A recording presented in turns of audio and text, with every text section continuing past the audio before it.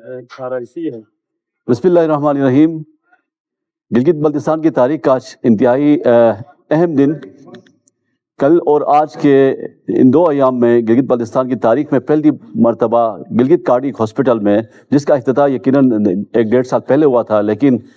جو فیسلٹیز یہاں پہ دی جا رہی تھیں اس میں آج اینجیوپلاسٹی اور اینجیوگرافی کے دو اہم جو کمپوننٹ ہیں اس کا باقاعدہ طور پہ افتتاح کیا گیا، اور بہت سارے مریض اس وقت زیر علاج بھی ہیں، اور تقریباً اب تک کی رپورٹس کے مطابق آج جو ہم نے یہاں پہ آبزرو کیا 8 کے قریب مریضوں کی اینجیوپلاسٹی اور اینجیوگرافی ہو چکی ہے۔ یقیناً یہ ہمارے گلگت بلتستان کے عوام کے لیے بہت بڑی سہولت ہے۔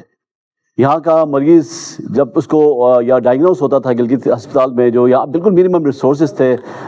ان محدود وسائل میں رہتے ہوئے بھی ہمارے ڈاکٹرز ان کو ڈائگنوز کرتے تھے، اور ان کو گلگت بلتستان سے آل دی وے اسلام آباد، لاہور یا کراچی جانا پڑتا تھا ان چھوٹی اینجیوگرافی اور اینجیوپلاسٹی کے لیے۔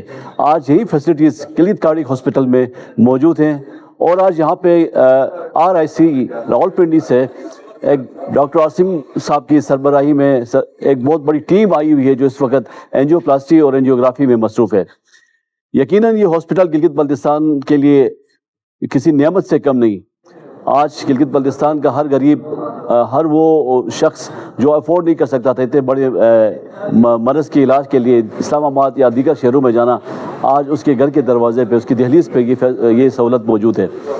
اس کے لیے نہایت یقیناً کاوش ہے جو ہماری سیکرٹری ہیلتھ آصف اللہ صاحب اور ہماری ایڈمنسٹریشن اور ان کی پوری ٹیم یہاں پہ جو اس وقت کام کر رہی ہے، یقیناً ان کی جتنی بھی تعریف کی جائے کم ہے۔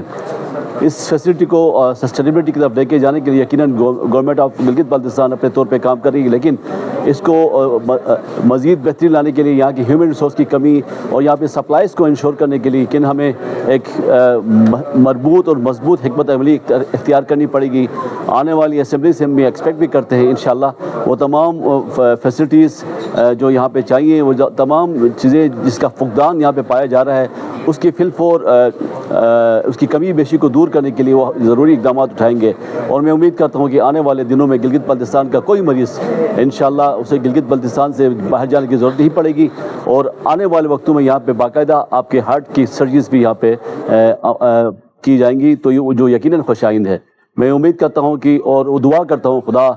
ہمارے اس ہاسپٹل میں کام کرنے والے تمام سرجنز اور دیگر سٹاف جو ہے ان کاوشوں کو اپنی بارگاہ میں قبول کرے، اور یہ ہاسپٹل ہماری تمام گلگت بلتستان کے عوام کے لیے ایک بہترین